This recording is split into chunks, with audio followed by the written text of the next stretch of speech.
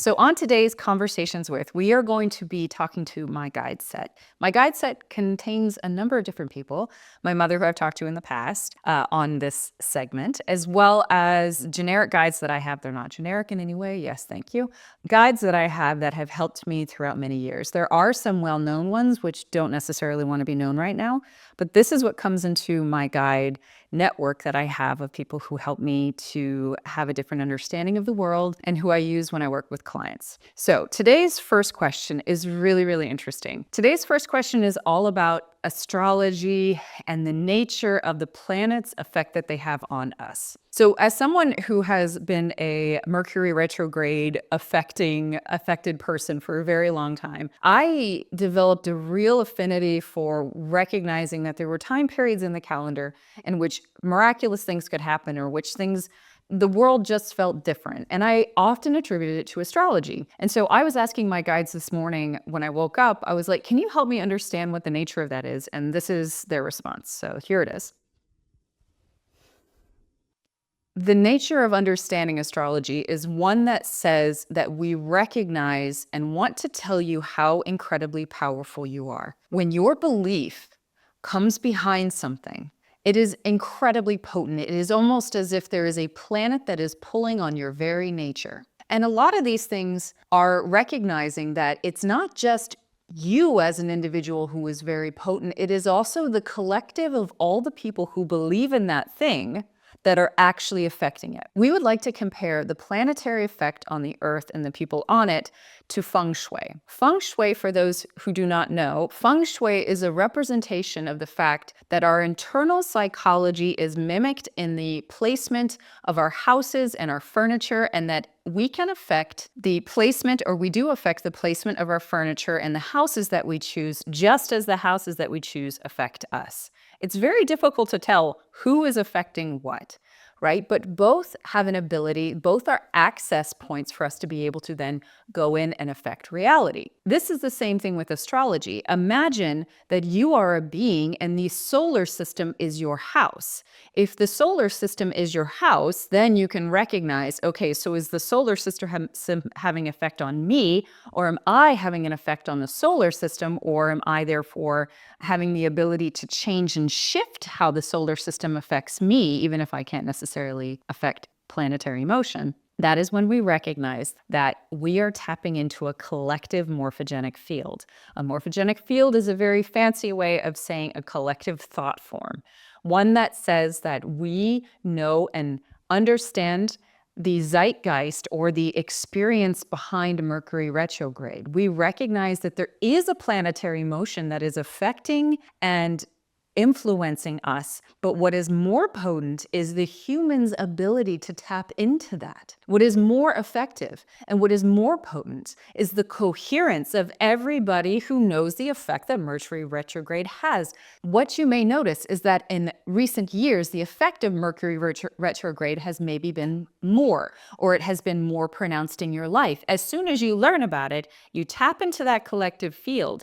The actual planetary motion becomes secondary to the coherence of a field of belief and to your buying into that. So if you would like to not be affected by retrogrades, if you would like to not be affected by the movement of the signs in which you were born in, that is very, very difficult to move past. But what you can do is you can recognize that the astrological signs that you are born under are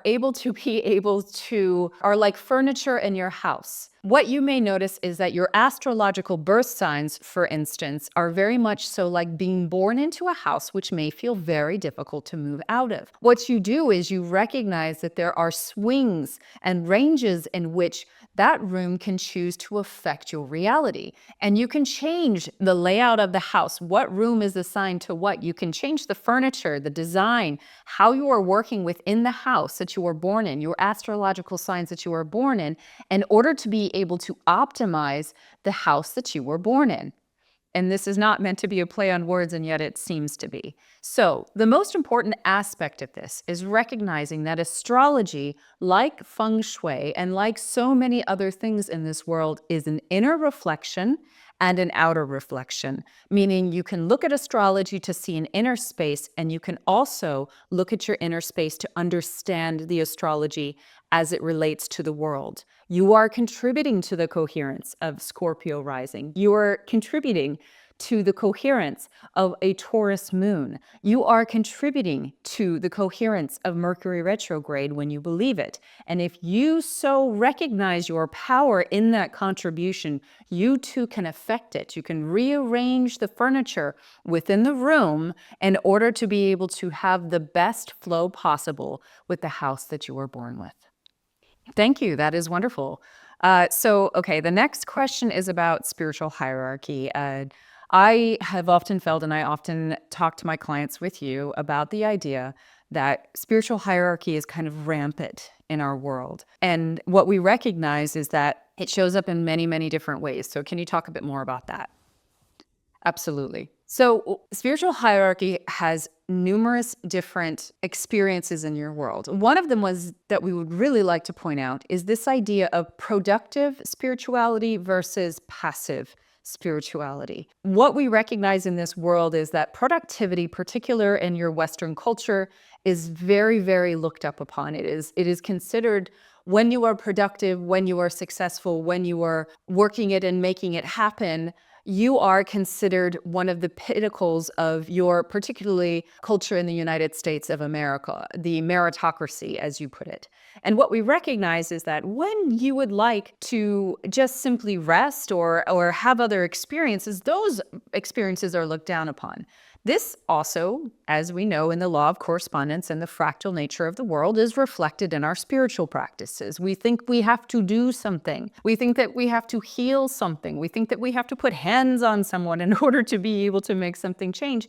And what we recognize is that there is absolutely no necessity to do anything. The only thing that we experience in the difference of the spiritual hierarchy in which doing is seen as better than being is that we need to refine slightly what being actually means. So doing is I'm going to do a practice, I'm going to do something, I'm going to go on a journey, I'm going to do whatever, which is a very useful thing. The mind loves this. All aspects of the mind, all levels of the mind loves to do. But being is something that is very different. And being pulls us into the conversation around the nature of temporal versus eternal forces. Being draws on eternal forces. Being embraces the temporal nature of reality, but being is about amplifying and really pulling out those eternal forces as we see them. What we mean by eternal forces are the experience of what it is to truly align with gratitude, with hope, with love, with compassion, with the things that are always present and whispering in your culture, whispering in your dreams, whispering in your daily life. The stories that move you, they slightly shift you so that you can be connected with this. Temporal reality is very, very useful.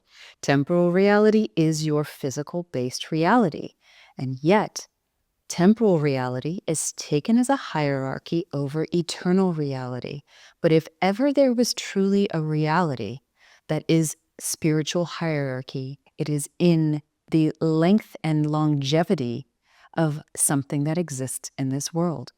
Something that is flitting, that is fleeting. You could say, if you were thinking fourth dimensionally or fifth dimensionally, something that is fleeting is something that is actually of less value for your attention than something that is eternal. The Buddha said that change is inevitable and that change is suffering. What is the subtext of this? The subtext of this says that if change is suffering, then the eternal is not. Recognizing that our world is not just change.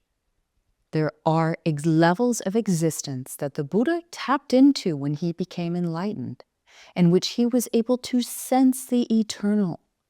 It is very hard in our temporal beings to sense this but you are capable of tapping into this. And if there is a true spiritual hierarchy, it is not one person above another. It is not one intuitive ability over another. It is not one star seed race over another. It is not one person who does all the work and other person who does nothing. Truly, what we find is that the person who does nothing, who is a being and who understands the nature of their being, and who understands and taps into not just the temporal changing part of them, but the eternal part of them, that is a person who heals people in their wake. And we invite you into that understanding, recognizing that hierarchy is something that is very archaic, but is a way that we can understand and be able to prioritize our attention. Our attention is exceptionally key. It is our only true superpower. If you are capable of harnessing your attention, if you are capable of doing something with your attention, then you are invincible. That is the true nature of free will. Thank you. So this has been very helpful. And the last question that I would like to ask is that there have been a lot of things going on in America, particularly with aliens and kind of disclosure and different things along those lines. There have been drones over the Northeast areas. What can you say about that? Are you allowed to say anything about that? For some people, the reality of the drones over New Jersey does not exist because they are not paying attention, or because they are not in our part of the world, or because they do not have access to that communication, or because of any other reason that you would like to say. In their reality, those drones and the issues that they present with your reality just don't exist in their reality. And so this herein lies a very clear understanding of the fact that what you put your attention on has a tendency to be a reflection of an inner state. And so the inner state that we are looking for in particular with this particular manifestation of a unknown thing that is making people feel fearful, that sits outside of them, that has an unknown origin, that they're not being told what to do, is this recognition of the fact that that is an internal state that many, many people have right now. Many, many people have the understanding that they are in a fearful state, that they feel that there is an unknown power, that they don't know if it is good or bad. They don't know the uncertainty of the future. They don't know how it's going to work. And also the need for the savior, the person who is going to flip their reality and make it so that suddenly they are not being exploited, and that they are not being taken advantage of, and that they are not being oppressed, and that their freedom is not being taken away. Everybody desires this at this moment, especially those who are paying attention to this moment with the drones. Therefore, take it as an opportunity to say, this outside thing is happening, and it is an inward state of myself. What would I do if I knew that those drones were this or were that or were anything like that? How do I address my fear of the unknown? Do I embrace it? Do I push it away? Do I look to someone to explain and to be my savior?